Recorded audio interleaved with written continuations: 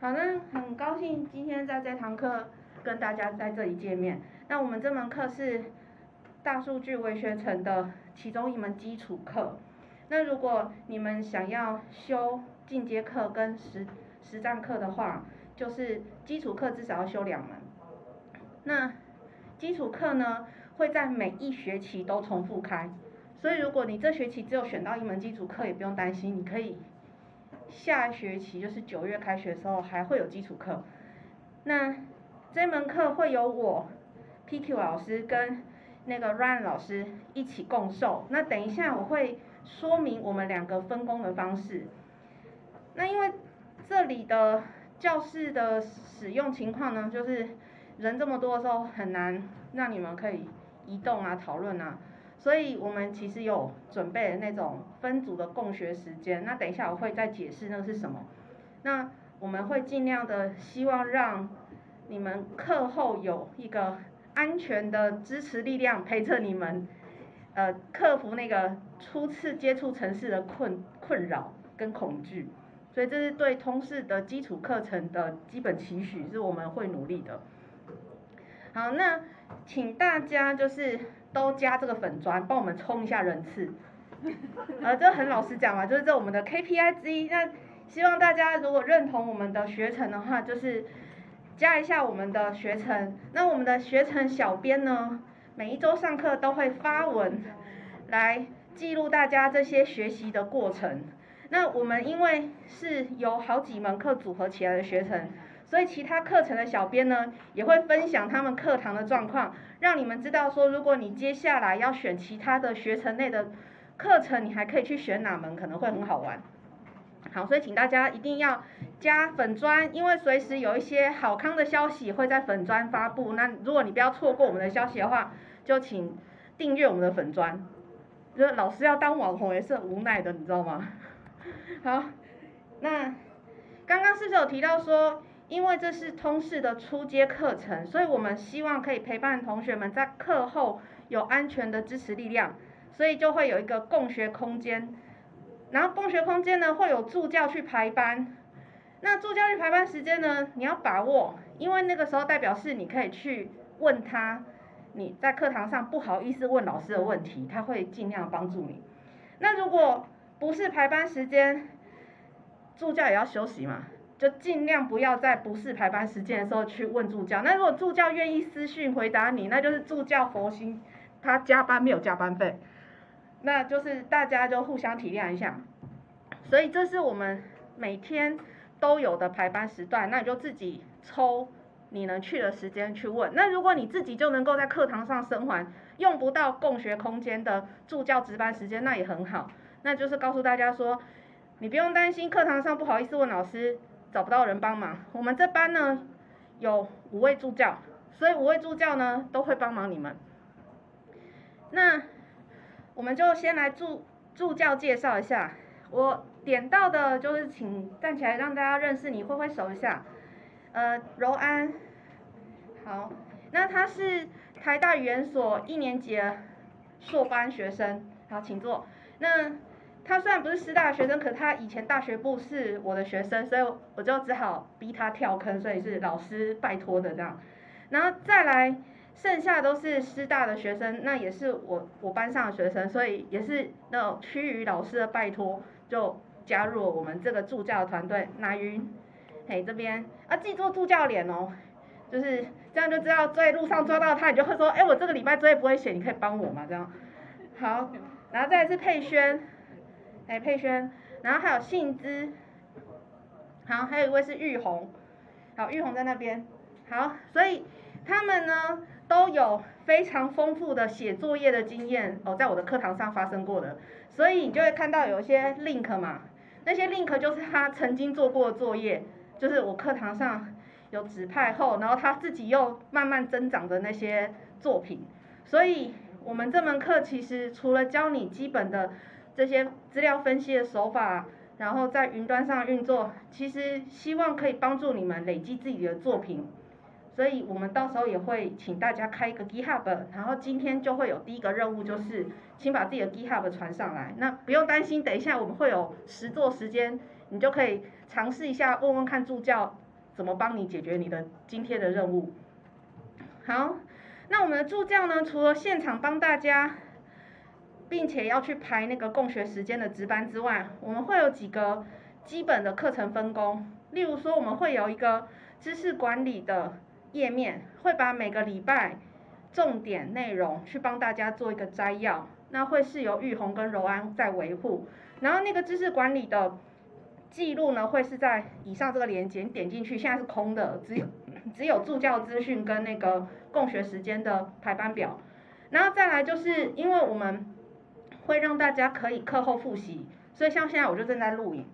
那课后的这个影片呢，我们放 YouTube 之后会变成一个课程频道。那你到时候就是没有来上课，或者是上课觉得太快跟不上的，你都可以回去看影片，不用担心。那再来就是我们讲的，我们有个小编会负责把大家的有趣的记录留下来，像拍拍照，或者是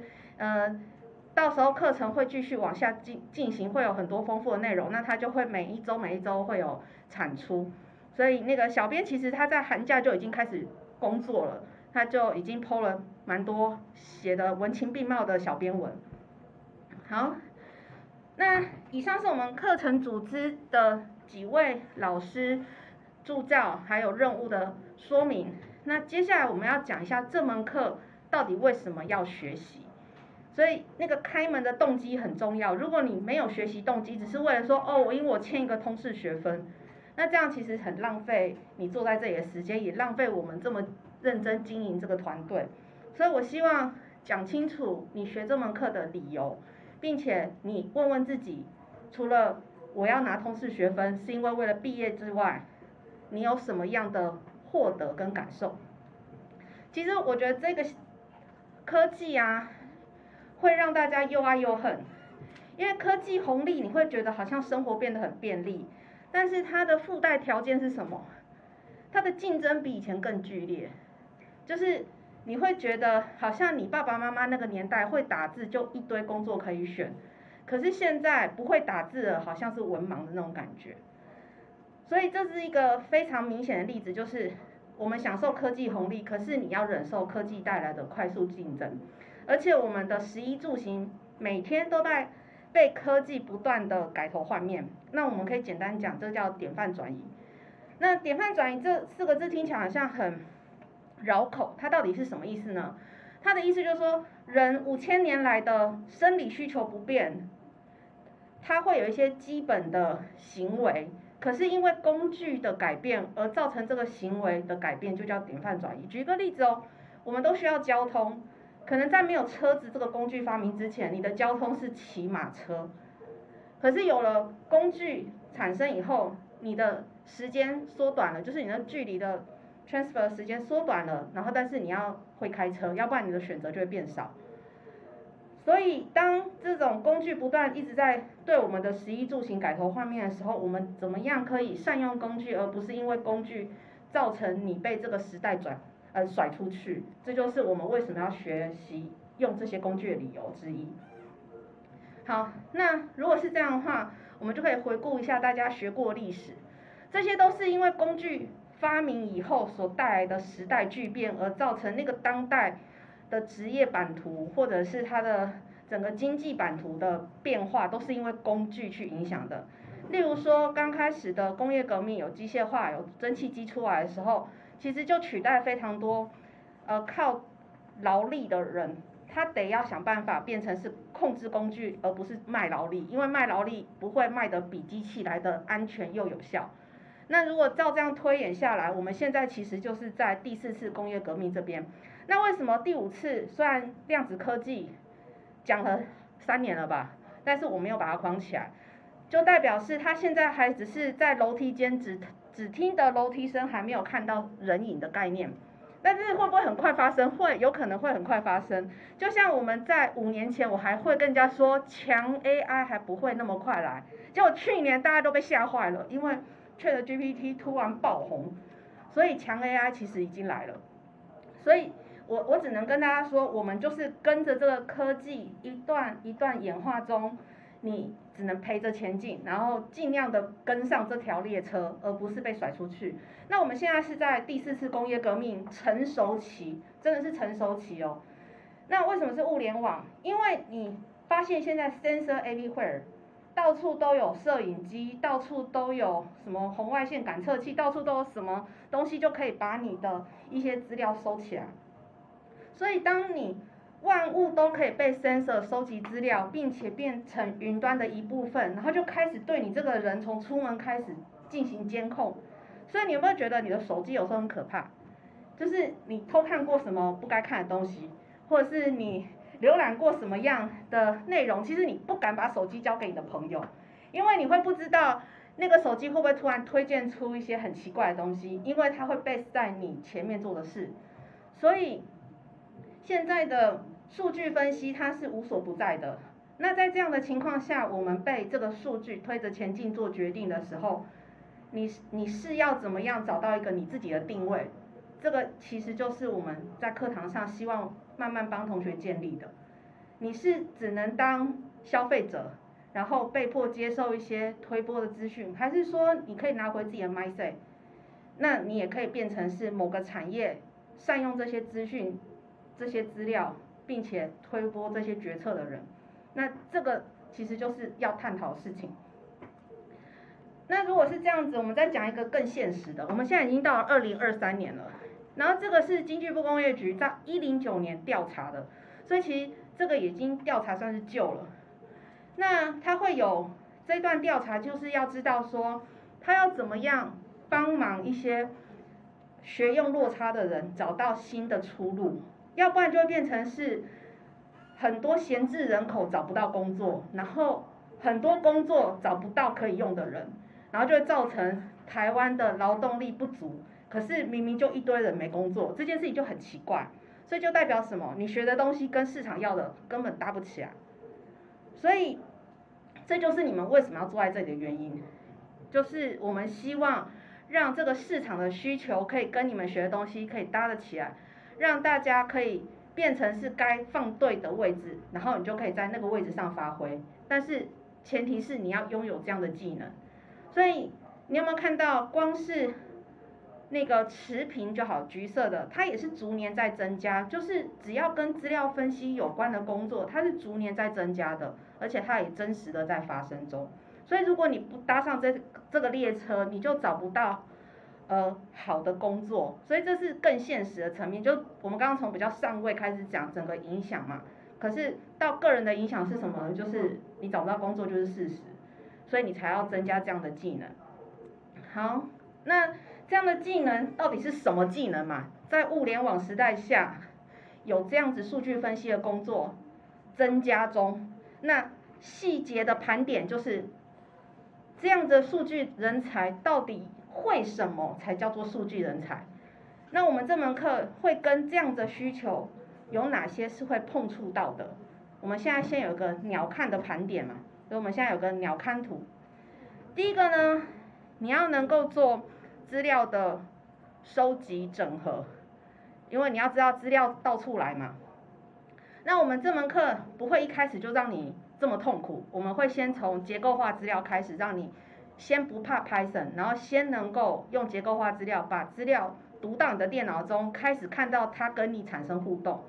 再来呢，你有了资料 collection 的能力，你就要对资料有感觉。那个感觉来自于你可以视觉化它，你可以分析它，你可以对它再产生更多的想象，所以你就会进行分析。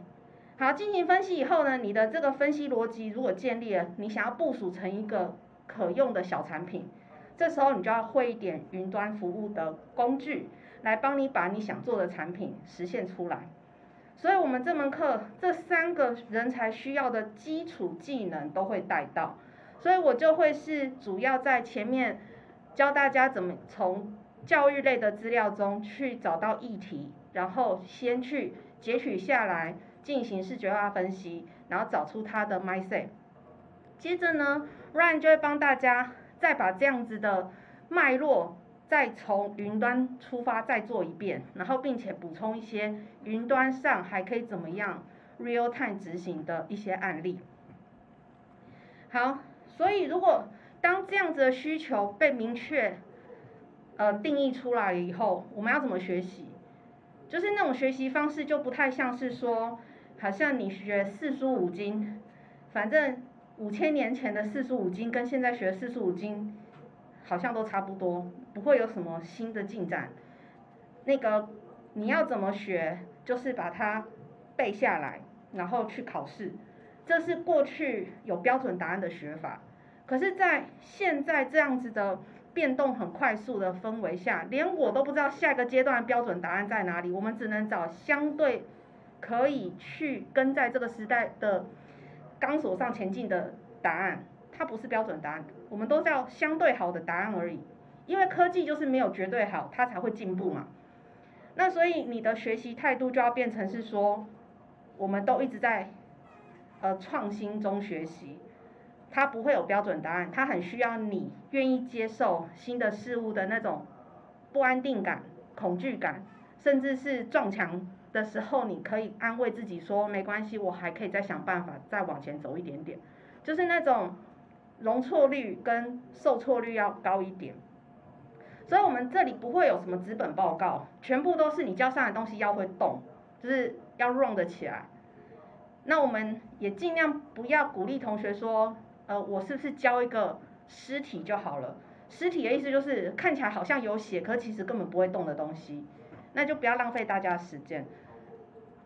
你真的想做，即便你做的东西少少短短的，可是你每一次都确认它是可以动的，也不要贴一大堆 Google 上面随便找的code，然后你也不知道它到底能不能动，因为这样你就会浪费大家的时间。我宁愿是你诚实认识自己，你会多少就写多少，但是你每次教出来的东西都是可以动的，因为你确定可以动，你就可以进步嘛。可是如果你囫囵吞枣的觉得你就是要贴一堆code来假装自己很像会了，那其实大家帮不了你，因为你连怎么问问题都不知道。好，所以在这门课呢，老师助教都像是引路人，比较像是 coach 的角色，我们会尽量让你们可以搭上怎么样学到的技巧，可是那个还是很靠个人修炼。我举一个例子好了，你去学游泳课，游泳课教练已经尽量的跟你说换气是什么感觉，换气很难形容了嘛。可是你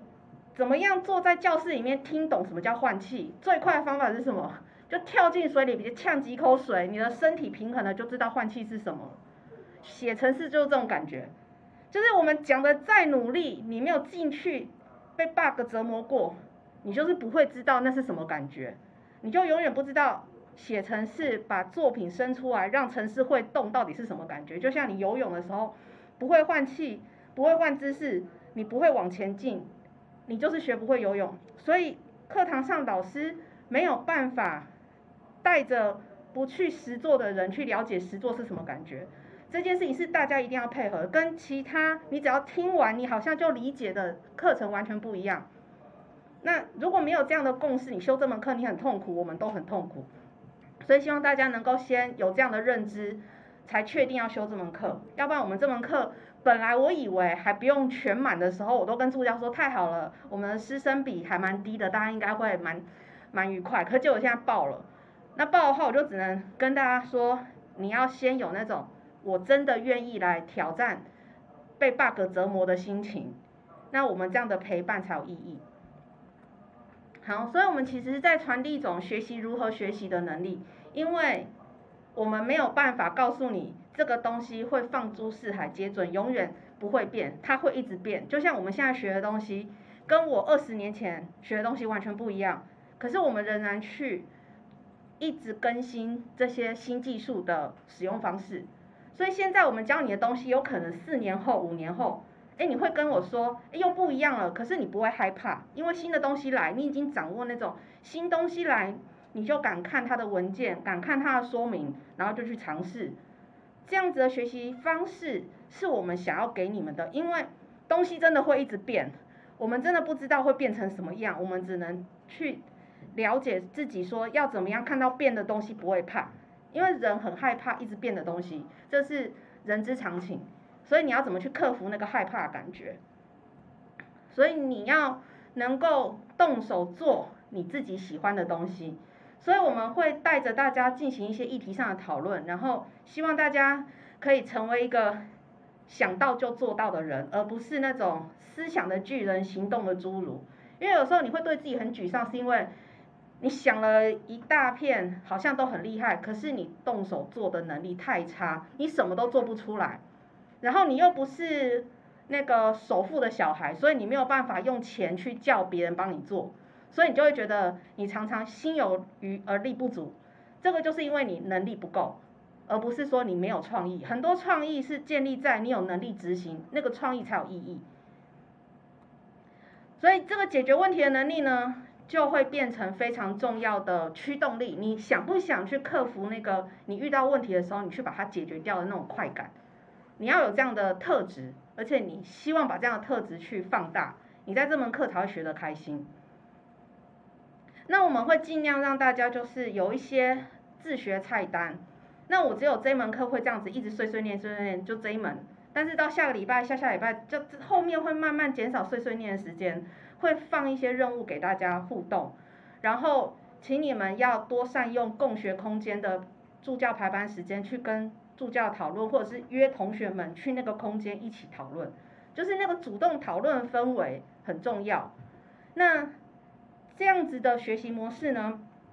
大家要自己愿意踏出来，我们手伸出去拉起来才有用。如果你不踏出来，手也不伸出来，就跟把牛牵到河边，你压着它的头，它就是不喝水也没有用。所以这个还是再重复强调，非常吃个人修炼跟个人的学习态度有关。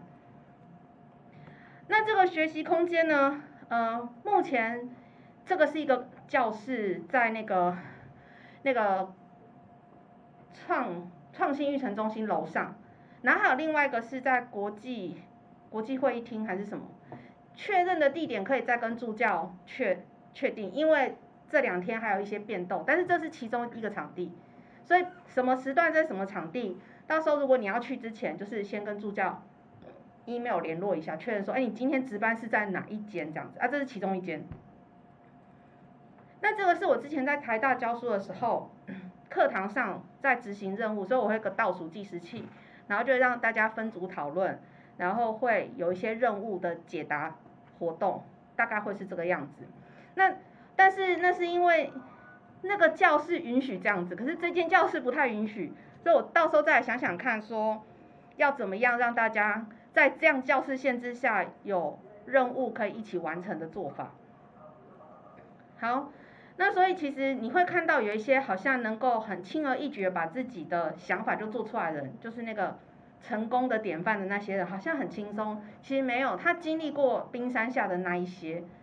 所以那一些其实他觉得没什么好讲的，然后你就会有那种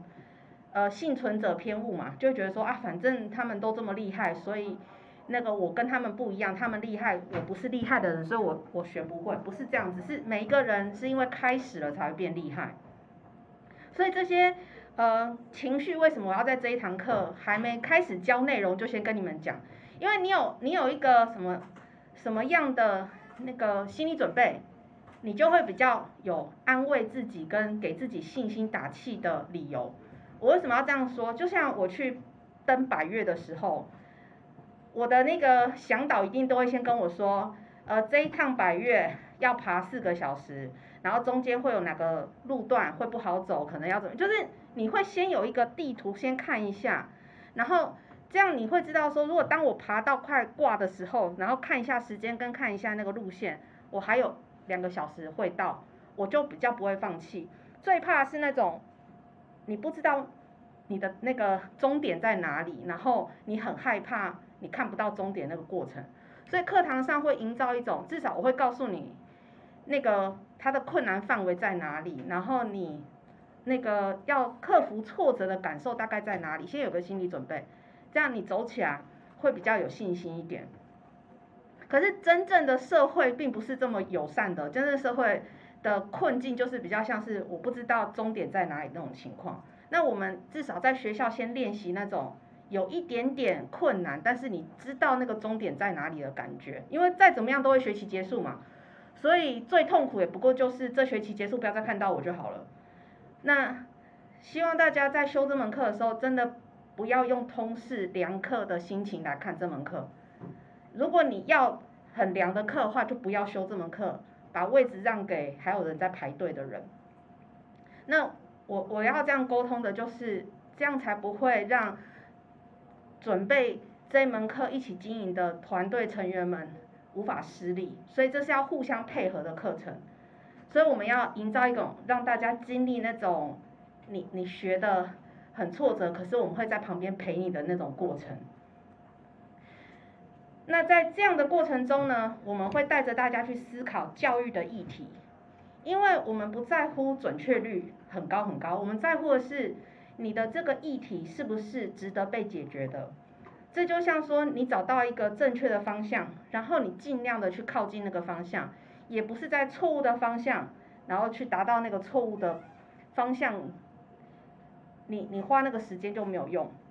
所以正确的问题是什么？正确问题就会是你要先提出这个问题，跟它配合资料，它要解决情境是什么，跟它的受众会是什么。当这个问题被解决的时候，这些受众会得到什么样的好处，或者是这个群体会得到什么样的好处？那这个就是比较像是正确的问题。那如果什么叫错误问题，就是你做了一大圈，结果你讲不出有谁会想要用这个东西，或者是你讲不出，你分析出这个东西以后，它到底可以用在哪个领域中，可以帮助到什么人，那你就是自嗨。那这个也没关系，这个比较像是说我在当练功，但是我们会希望最后的 project 是那种你可以很有自信的讲出你做出这个分析，你找出了什么样的关键，然后去协助了某一群人。所以你可以先回头想想看，你各自是上什么那个领域的课，因为我们通识课就代表是有不同的科系的同学会聚集在这里，所以你一定会有自己科系所在意的群体，然后那个群体一定有一些待解的问题，然后是你现在因为技能不够而导致你解决不了，那你就可以试着去把你科系内的问题带到课堂上来试试看。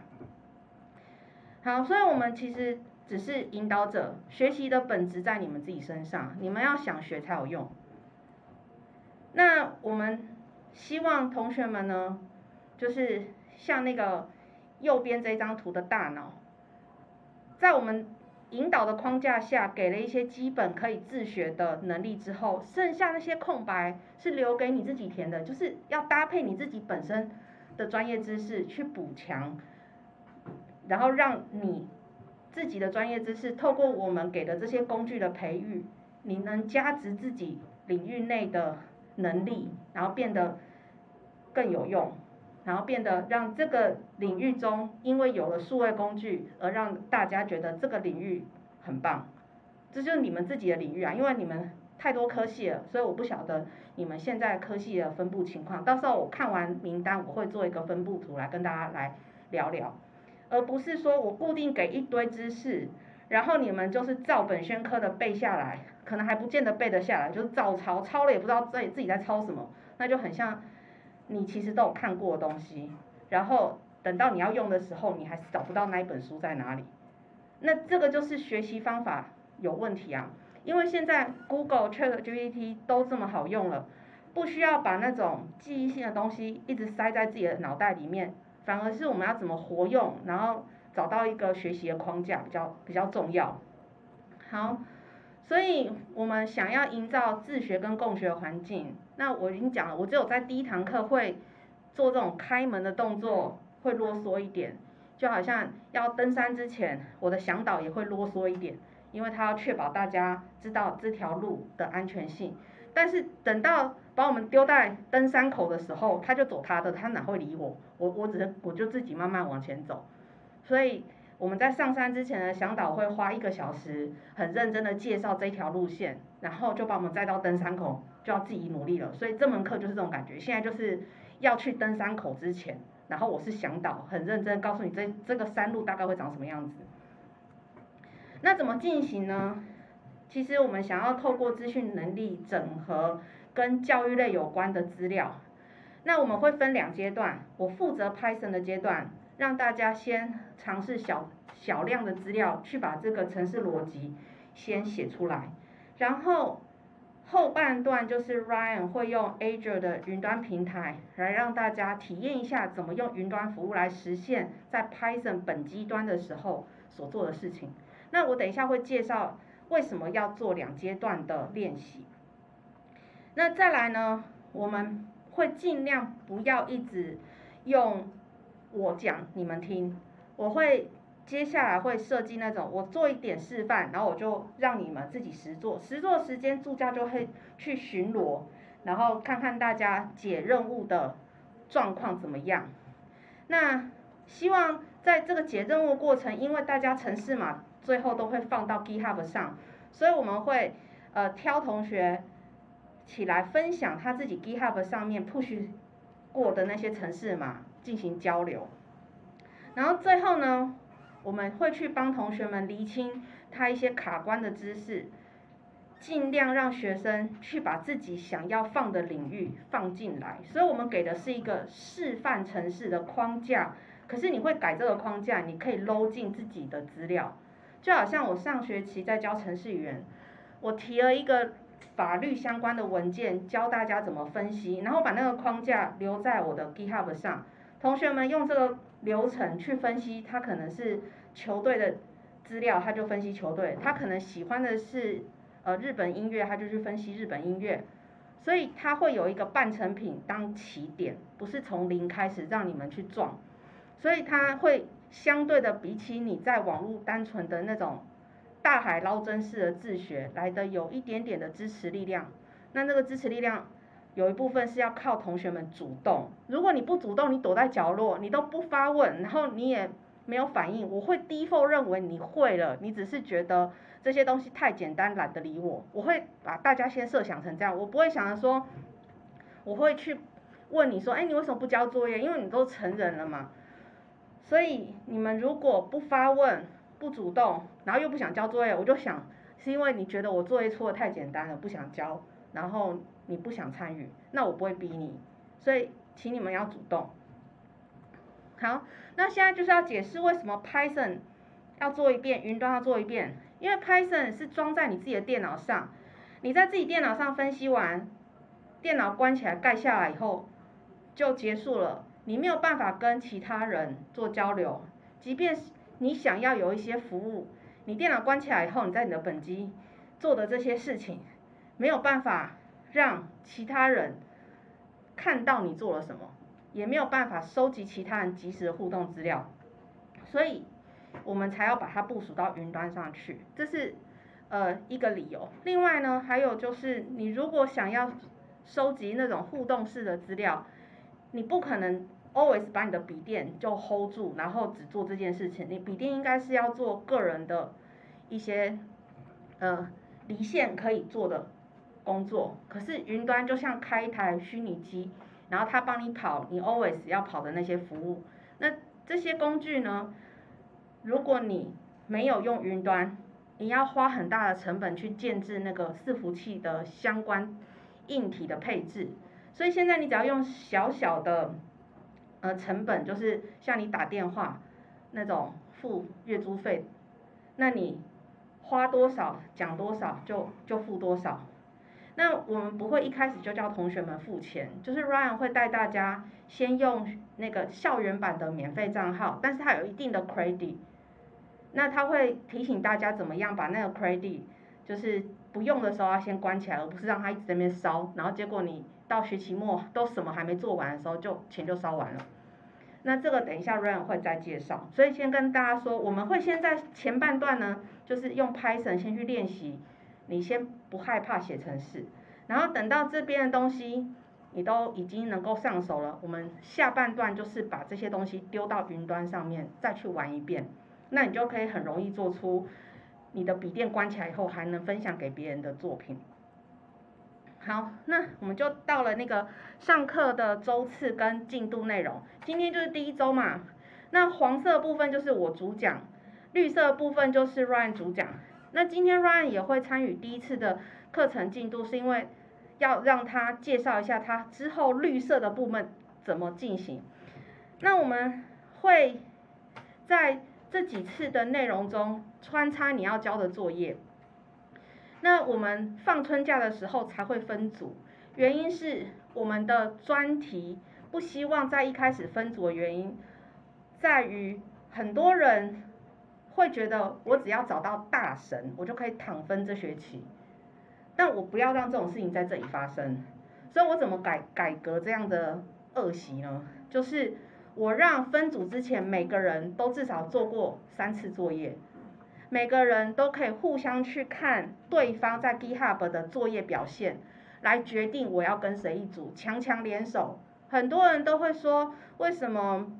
你认识很多人，可是那些人脉没有用？因为你不够强，因为强者只会喜欢跟强者在一起。所以当你也很厉害的时候，你 GitHub 秀出来，你也会吸引到强者来跟你说我们同一组。那如果你在这段时间你在写作业遇到问题，你就要赶快找我们讨论，来提高你的那个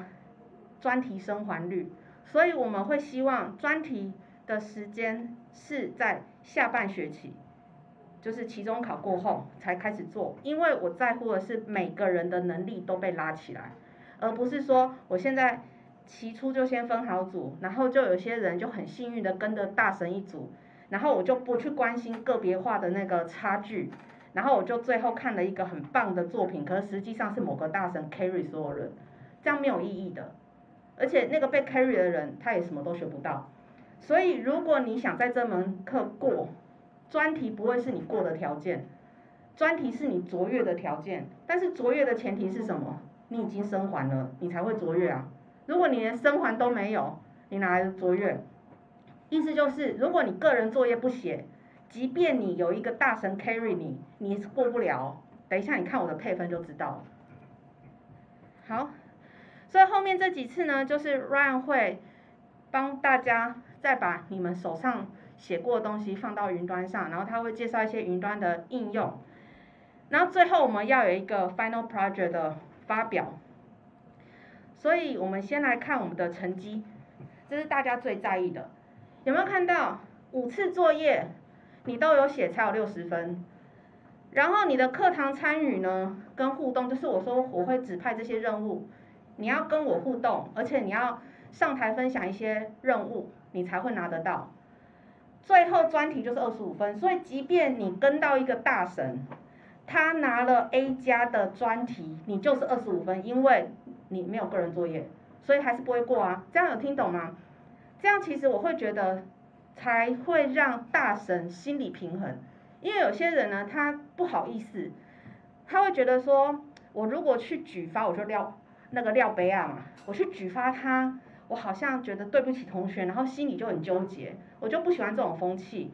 我要的是每个人都为自己负责，然后你让自己卓越，是因为你生还了，所以你们合作起来，你变卓越，而不是搭着合作的这种假议题去靠别人，然后自己什么都没认真。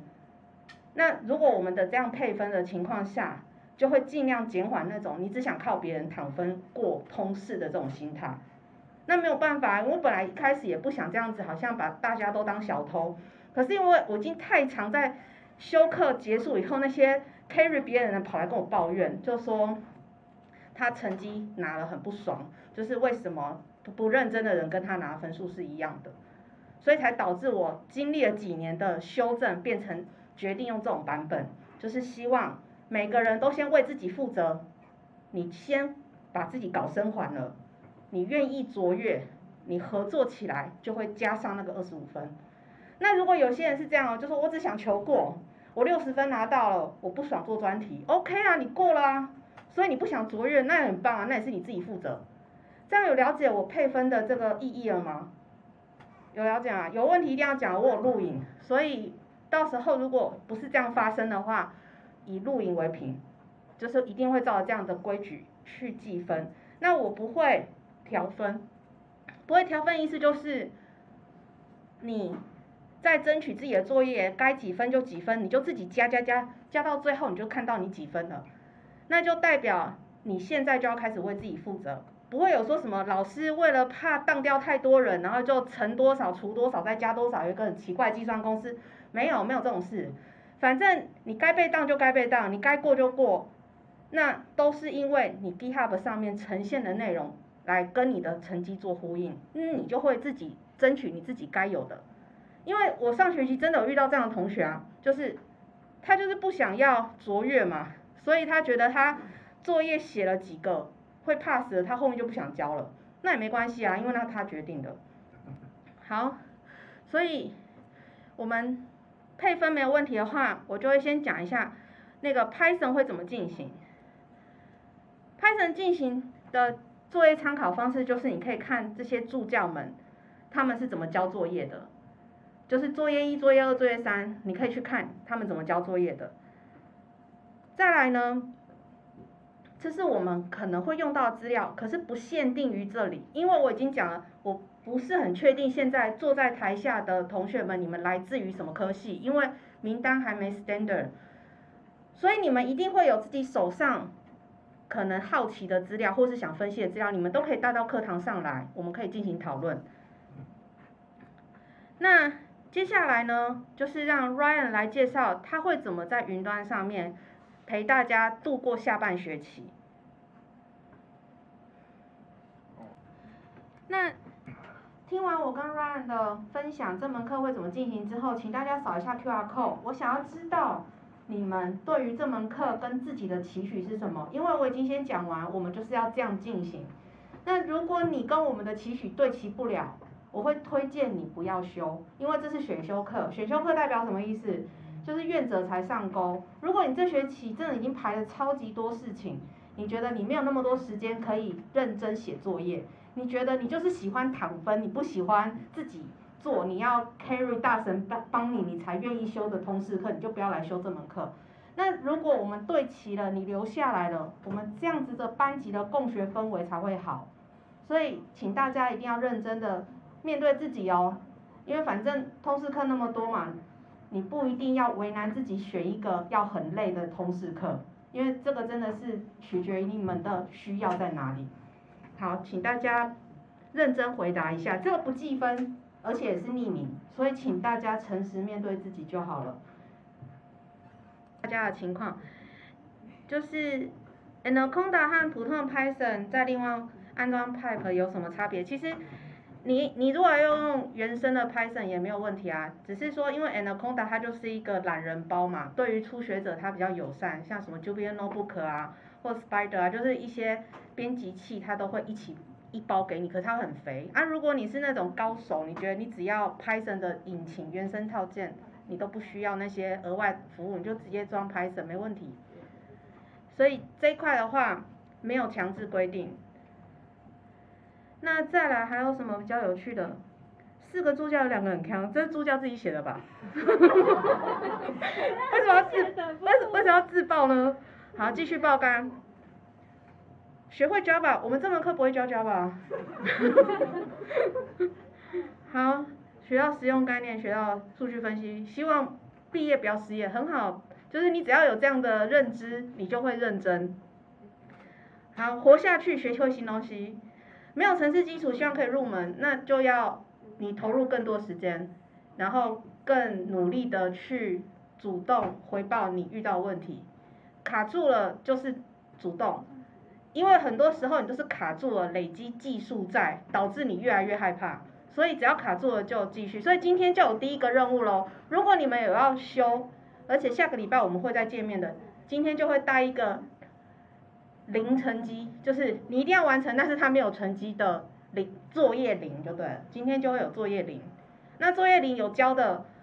你才有办法继续往下走。如果你作业0没有交，你第一次作业就会生不出来，因为我在 GitHub 上找不到你的作业，你就不会有成绩。好，所以有同学因为这样子就走掉的啊，所以我刚好看到说嗨，拜拜大家，好犹豫要不要走，好多课不要爆肝。好，所以很棒，所以这门课接下来的同学都会是有共识的，所以我们就可以相安无事的一起努力。好，那下一步呢就是实作时间。那我有2个方案让大家选，一个是你要留在这边，助教陪你实作完，或者是你觉得你听完任务是什么，你就想要回家比较舒服的环境做，或者是找几个朋友到别的地方做 ，OK？ 因为最后就是看你做完填完表单，我收到我就知道你有做了。要做什么呢？如果你是初学者，就建议你装 Anaconda。怎么装呢？下一个就是安装影片，非常的简单，就照着做。再来呢，你要注册 GitHub， 然后创建 repo。那创建这个 repo 呢，它的名字叫学习分析工具。等一下，我们的 repo 名字。谢谢救援我。好，然后创建这个 LAT 的 repo。然后怎么样创建呢？也是一样，不会的话就看一下影片。那你在 README 要写下这样子的说明，才会知道这是什么课。最后就是这个连结，你创完以后，你打开，你就去填这个表单。那你的表单填写就是你的 email、姓名、学号跟你的 repo 的 link。那你填完以后呢，之后就会用这个总表去追踪你的每次作业，所以我才会说作业零要在下礼拜上课之前完成。那今天你如果完全不会，看到就害怕，你就留下来助教陪你。如果你觉得你现在可以自己生还作业零的，你就可以